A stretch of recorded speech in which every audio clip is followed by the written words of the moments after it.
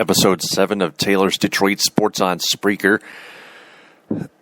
Tonight we're going to be talking about, we're actually going to recap the Tigers-Angels series, the rest thereof, and we will preview the Tigers versus White Sox series, which starts Tuesday through and ends Thursday.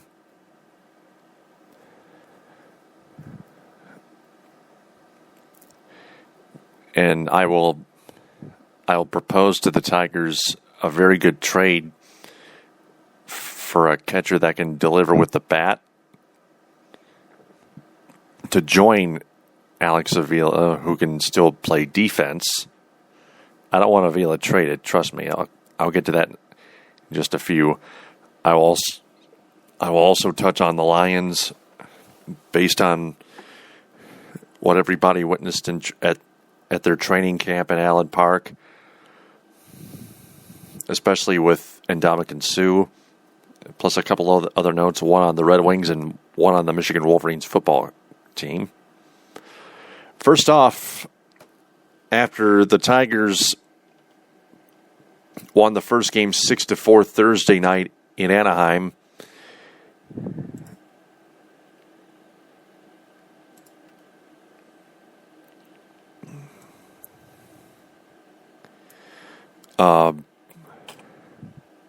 the Angels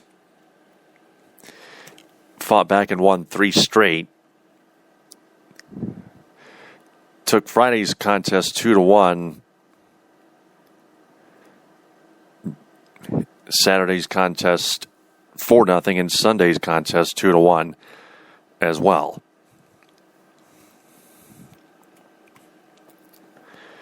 First off,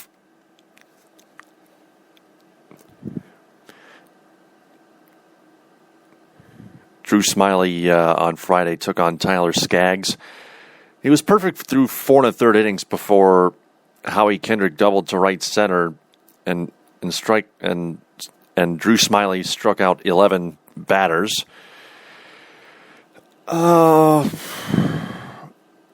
He then gave up 2 runs in the 6th inning and finished 5 2/3 innings and took the loss because he struck out 11 batters and threw a total of 99 pitches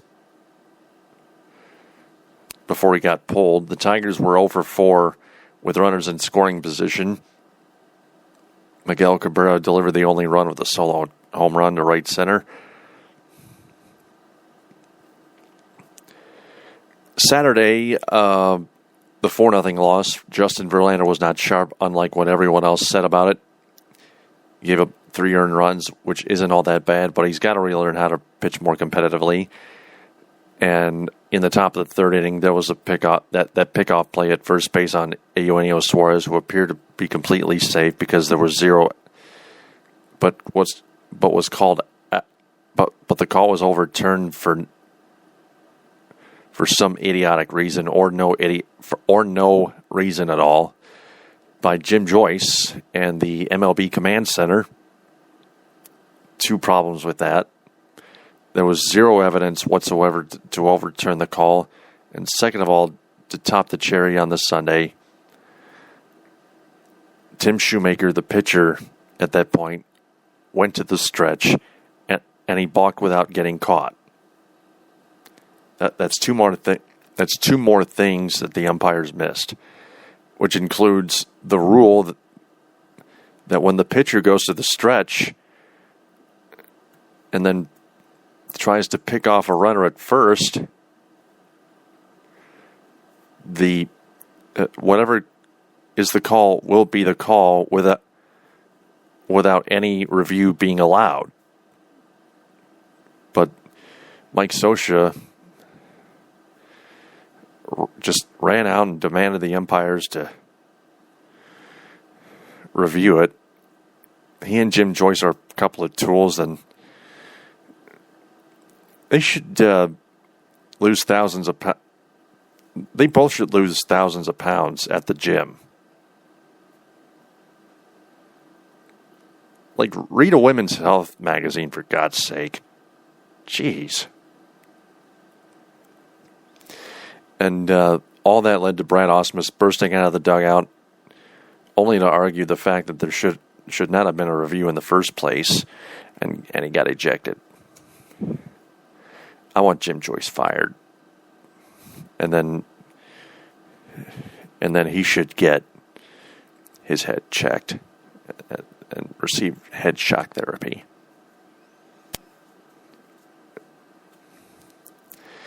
That night, Joakim Soria made his Tigers debut, but only pitched a third of an inning and gave up a run in the bottom of the eighth, which is only a fluke.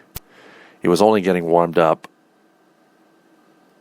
He should have debuted Thursday, right when he arrived in Anaheim with the Detroit Tigers.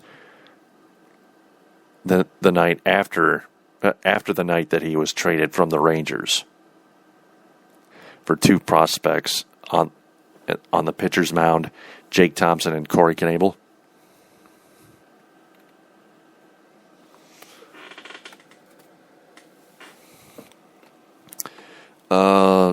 Let's go into Sunday, the second 2-1 loss. Rick Porcello made a bad throwing error, and then Austin Jackson unconsciously threw to second when Eric Ibar stole second and then headed to third, and then he headed home with nobody paying attention, scored the tying run. But threw 99 pitches after striking out the side in order in the seventh inning. And Ausmus did not allow Porcello, for some reason, to pitch the eighth inning. Instead, he put in Chamberlain, which would have been okay. But he gave up a home run, a solo home run to David Freese in the eighth inning. That proved to be the eighth. That proved to be the game winner. Which is another reason why I think Rick Porcello should have pitched in the eighth inning. Ausmus said Porcello was tired. That's an Ivy League. That is an Ivy League excuse, Brad Ausmus. This is Major League Baseball.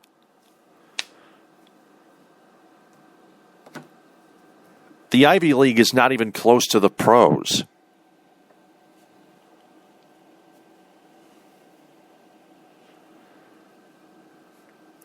The Major League Baseball is the top league in baseball, and it's a very tough league.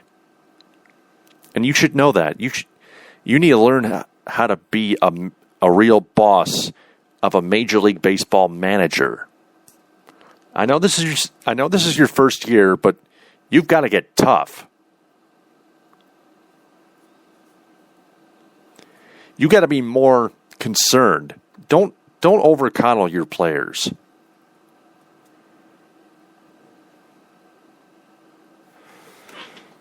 Don't ask them if they're tired or if they're okay to go. Depend on them and tell them to pitch that extra inning.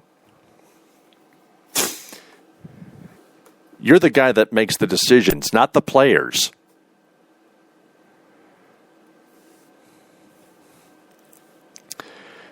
Secondly, Miguel Cabrera, who two nights before hit a home run, and then on Sunday went 0 for 4, and on the fourth and final at bat in the ninth inning against Houston Street, a new trade acquisition that the Angels got recently.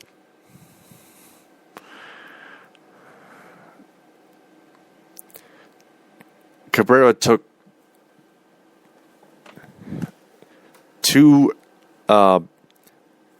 at least strike two. I missed strike one. I assume he took strike one, but I'm not sure. All I know is I listened to the game, and and he took strike two. I don't know. One of you guys must have seen that the pitch was way outside. It might have been a curveball or whatever, but I still think Cabrera should have hacked at it. It might have been too close to take. It's just a terrible at bat. Cabrera swung and missed on the third strike.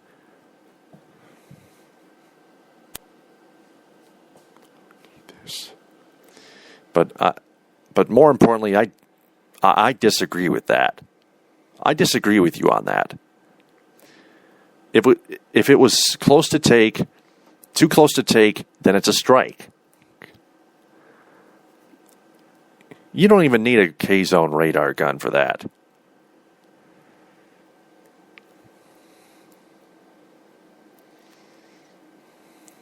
You don't need a strike detection device, a ball strike detection device.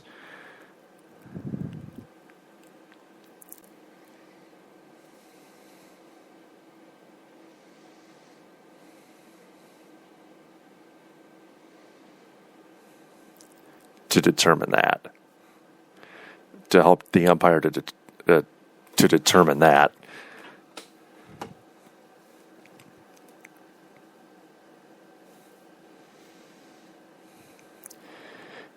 You could have tied the game at 2 with one big cut.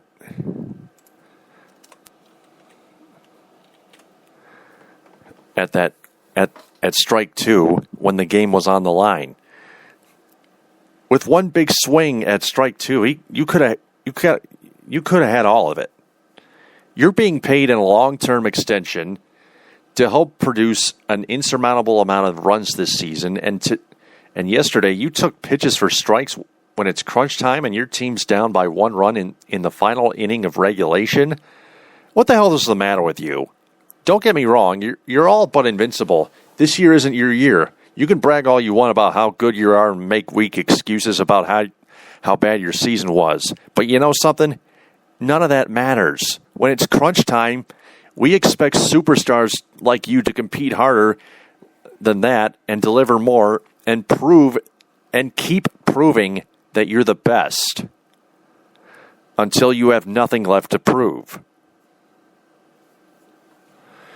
That's it for the Tigers-Angels series recap.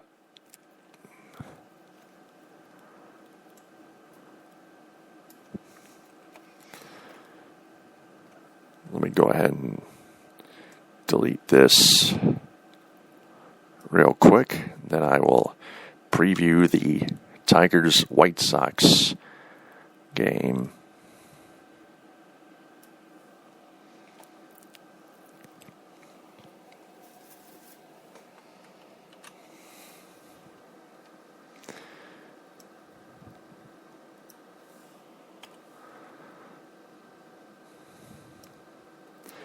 Oh, before I do that, I want to apologize for getting something completely inaccurate about Troy Tulowitzki on Blog Talk Radio last Sunday night.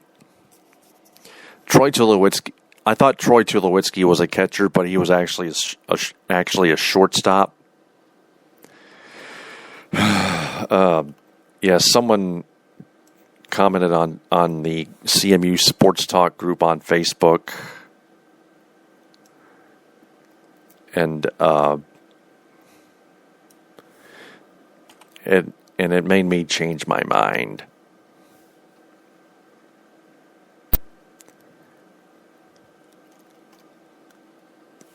So you can forget about Troy Tulowitzki. Forget that I said that. I apologize. I'm sorry.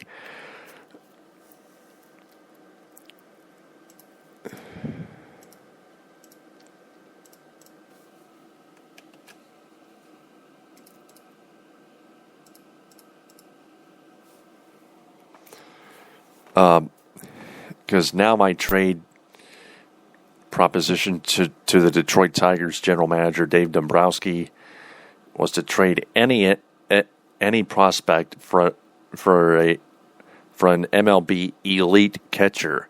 My pick would be Kurt Suzuki from the Minnesota Twins. But do not give away Alex Avila. Keep him. You want both the offense and the defense behind the plate. Kurt Suzuki has a higher batting average than Alex Avila's and Brian Holiday's, at least individually. Suzuki is batting batted 309 after last Sunday. Overall this season, thus far. Whereas Alex Avila is still stuck at 217 after having Sunday off. Brian Holiday is batting less than 200.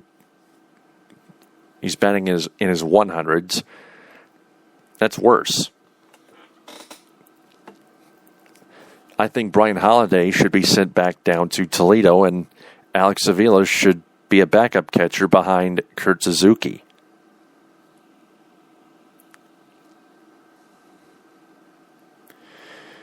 I was going to switch to Joe Mauer from the Twins because I know what a great all-star catcher he is. He and Torrey Hunter get along very well.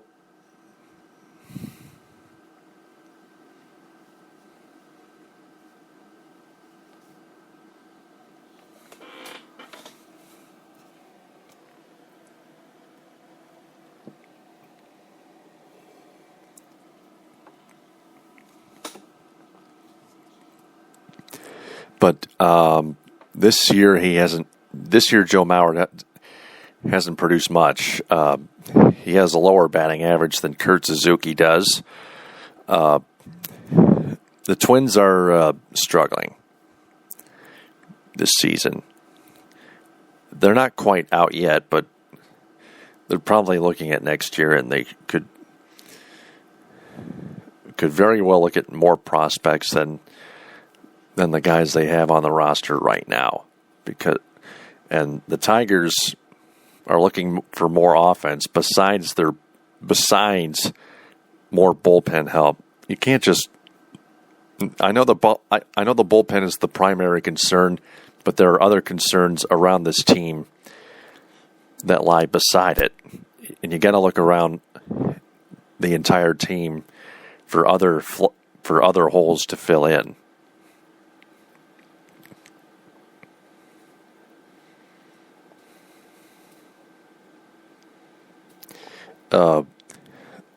I would also look at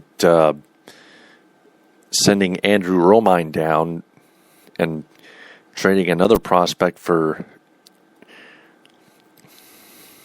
shortstop Asdrubal Cabrera for the Indians.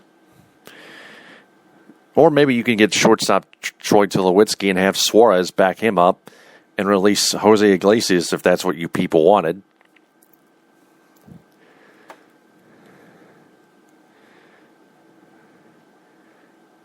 As far as the outfield goes, the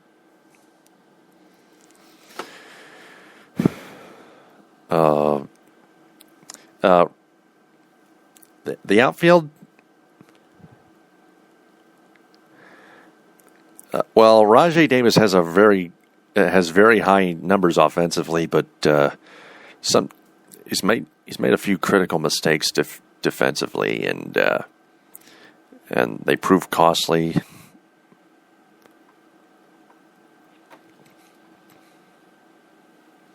And Torrey Hunter had made a few mistakes defensively as well, and has not produced much. He's getting old.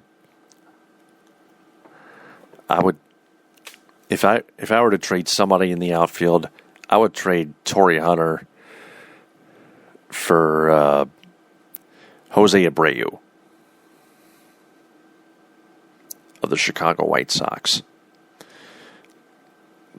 because I think the White Sox may be looking at next year as well, but they're not out yet.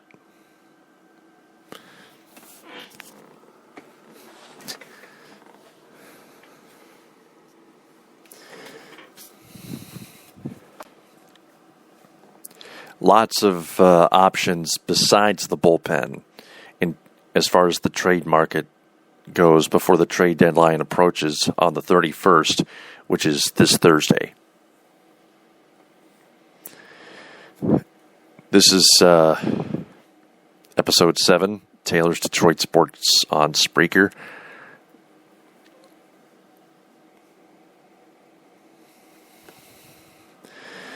It is Tuesday the 29th at 2:05 a.m., soon to be 2:06.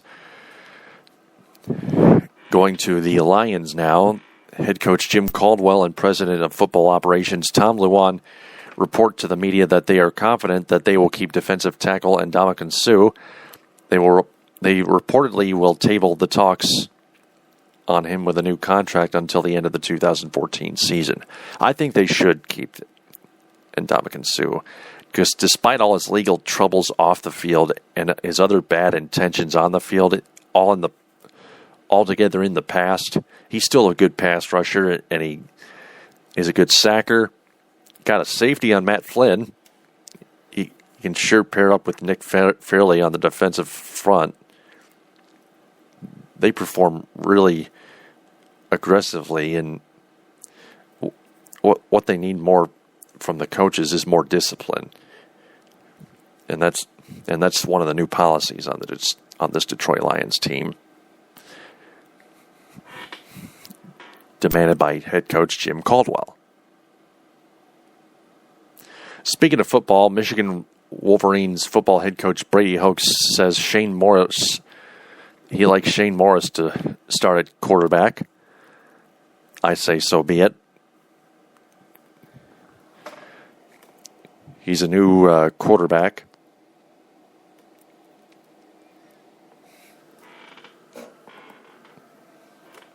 Well, we're going to have to see what Morris brings to the table in 2014 at the Big House. And finally on the ice, the Red Wings signed right-winger Tomas Tatar to a new 3-year deal. That's good because they need to keep some of the offense that they have had in the past. In the past season, Tomas Tatar scored plenty of goals, and he can deke in the shootout, which is what you have to do in the shootout. You have to deke. That's the best way you can score. It's about the only way you can score, too. I still want the Red Wings to not give up and still keep hunting for free agent defensemen that are elite, that can help the Red Wings become a Stanley Cup championship contender. Go to capgeek.com and suggest